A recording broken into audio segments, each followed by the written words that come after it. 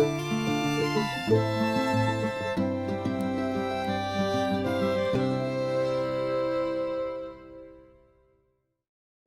Monsieur Laurando. Bonjour Alexandra. Ça me fait plaisir d'être avec vous aujourd'hui.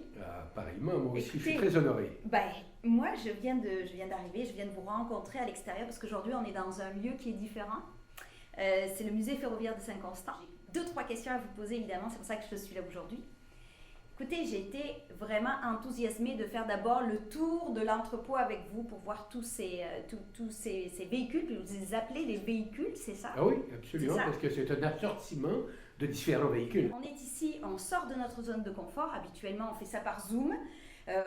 Et puis là, Jean-Hugues Mousseau, qui est donc la personne qui est à l'initiative du magazine virtuel Le Ciel peut attendre, m'a dit Alexandra, écoute, on aurait Monsieur Laurando qui nous propose d'aller voir le musée ferroviaire à Saint-Constant, qu'en penses-tu? Ah ben voilà. Eh bien, moi je suis venue, il n'y a pas de problème, je suis là avec vous aujourd'hui.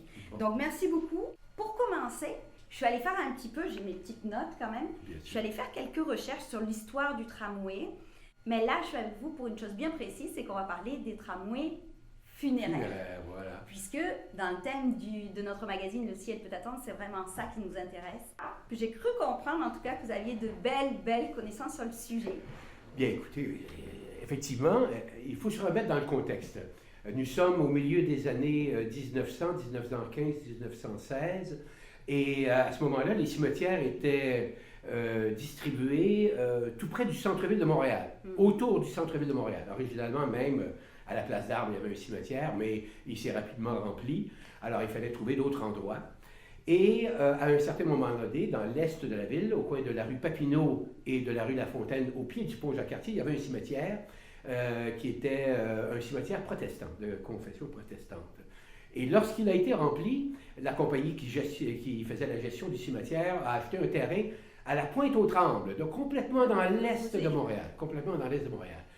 Mais déjà à ce moment-là, il y avait des lignes de tramway qui se rendaient au bout de l'île, comme on l'appelait à ce moment-là. Alors, puisque le terrain qui avait été acquis par cette compagnie se trouvait à proximité de la voie des tramways et qu'il n'y avait pas de route vraiment carrossable, on était en 1915. Alors, donc, à ce moment-là, ils ont demandé à la compagnie des tramways de Montréal s'ils ne pouvaient pas aménager 2 tramways pour justement remplacer ou intégrer le cortège funéraire vers le cimetière et ensuite ramener les gens à leur point de départ qui, à ce moment-là, se situait où était l'ancien cimetière. Donc, il y a eu 2 tramways de fabriqués, qui étaient des tramways passagers qui ont été convertis en tramways funéraires. Ils appelaient ça le funeral car. D'ailleurs, il y a une photo que vous allez pouvoir le constater. Et sur le tramway, on a aménagé sur le côté une trappe qui s'ouvrait, dans laquelle on pouvait insérer le cercueil, comme dans un corbillard, mais de côté au lieu de par le bout. Et les gens pouvaient embarquer à bord du tramway, qui avait des vitres givrées pour garder l'intimité, préserver l'intimité des endeuillés. Et ensuite, le tramway prenait les voies qui existaient déjà pour se rendre jusqu'au cimetière, qui existe encore aujourd'hui. C'est le cimetière Hawthorne-Dale. Et aujourd'hui, c'est administré par la même gestion que le cimetière Mount Royal, qui se trouve sur la montagne. Alors, le tramway, donc, ils ont aménagé une petite voie d'évitement pour rentrer sur le terrain du cimetière. Et de là, il y avait un tombereau tiré par des chevaux qui amenait le cercueil vers l'endroit du dernier repos. On procédait à la mise en terre et ensuite les gens revenaient. Le tramway ramenait les gens vers leur point de départ. Donc, vous nous avez expliqué l'utilité des tramways funéraires au travers de l'histoire. Vous nous avez donc expliqué vraiment votre passion d'être aujourd'hui à l'Expo Rail de Saint-Constant. Mais j'ai une question quand même à vous poser, c'est dans votre quotidien, je sais que vous êtes dans le domaine funéraire, et donc pourquoi vous êtes dans le domaine funéraire en fait? Très bien comme question. En fait, je suis directeur de funérailles. D'accord. Donc, le jour de la funéraille, je m'occupe de rencontrer les familles, de leur enlever les tensions, de les réconforter pour dire que je vais m'occuper de tout. Mais ça vient quand même, c'était intéressant, parce qu'en 1994, lorsque ma mère est décédée, c'est moi qui ai fait tous les arrangements et je les ai faits à la maison Eugène Bourgie. Et à ce moment, au moment de la funéraille, le directeur de funérailles m'avait grandement impressionné, il avait impressionné toute ma famille. Et ils m'ont mandaté d'aller le remercier, de lui dire comment ils avaient apprécié ses services. Alors j'ai approché ce monsieur, je lui ai communiqué les commentaires de ma famille et je lui ai dit, quand je prendrai ma retraite, moi j'aimerais bien faire ce que vous faites et comme vous le faites. Et ce monsieur, c'est M. Jean-Claude Rochon, qui encore, je crois, travaille encore avec nous. Et puis, après avoir pris ma retraite, 35 ans de travail pour une compagnie, je voulais trouver quelque chose d'intéressant, à temps partiel, une occupation. Pas un travail, pas une job, comme on dit. Non, non, non, une occupation. Et finalement, j'ai trouvé une vocation.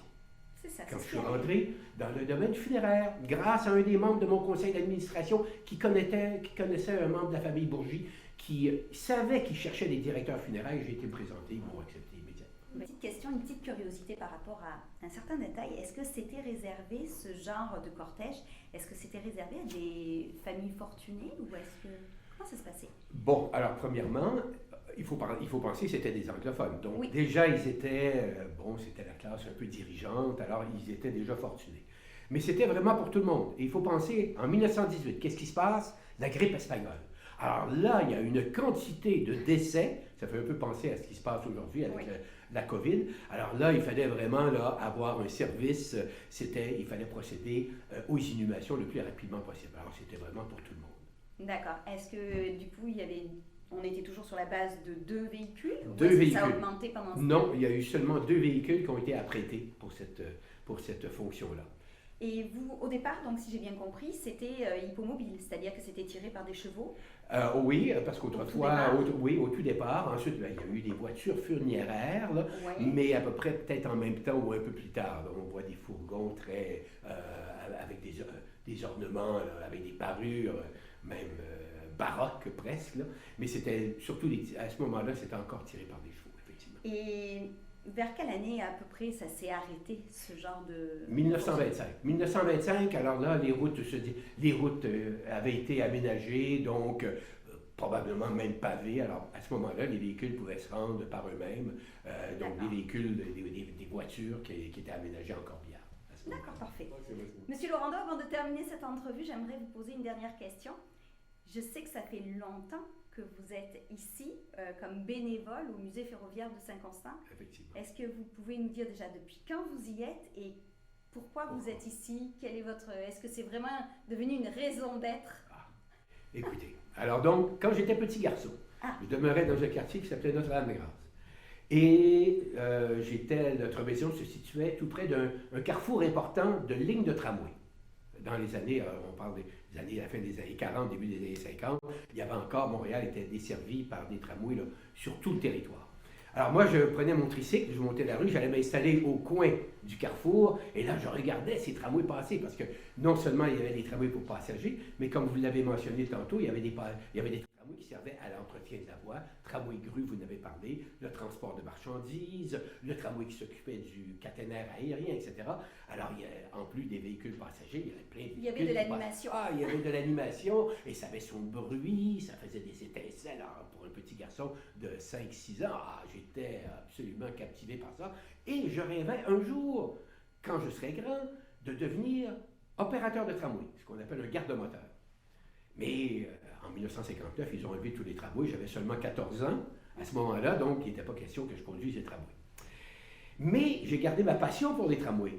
Et quand les tramways ont été enlevés, le musée, c'est-à-dire l'Association canadienne d'histoire ferroviaire, à qui appartient Exporail, le musée ferroviaire canadien, a acquis une collection de tramways historiques qui avait été conservée par la Montreal Tramways et la commission de transport à ce moment-là, qui avait fait partie d'un défilé historique lors du dernier jour du tramway. Donc, il y avait une douzaine de tramways qui étaient tout en état d'opération. Alors, on a hérité de cette collection-là, et en 1961, le musée a été fondé. Alors, je savais que les tramways s'en venaient ici, donc je prenais ma bicyclette, je traversais le pont Mercier, et j'ai été dans les premiers bénévoles à poser les rails, les dormants, commencer à construire les édifices de ce qui allait devenir un jour le grand musée Exporail, le 5e plus important musée ferroviaire au monde. Alors, j'ai suivi les tramways jusqu'au musée, et en 1974, on inaugurait notre première petite ligne de tramway. Un des tramways de la collection de Montréal a été mis en opération, et je suis devenu opérateur de tramway. Donc, j'ai réalisé mon rêve. C'est ce que j'allais vous dire. J'allais vous dire, mais quelque part, en fait, votre rêve s'est quand même réalisé. Effectivement. Écoutez, moi, en tout cas, M. Laurando, je suis ravie d'avoir été là avec vous cet après-midi. C'était vraiment super enrichissant.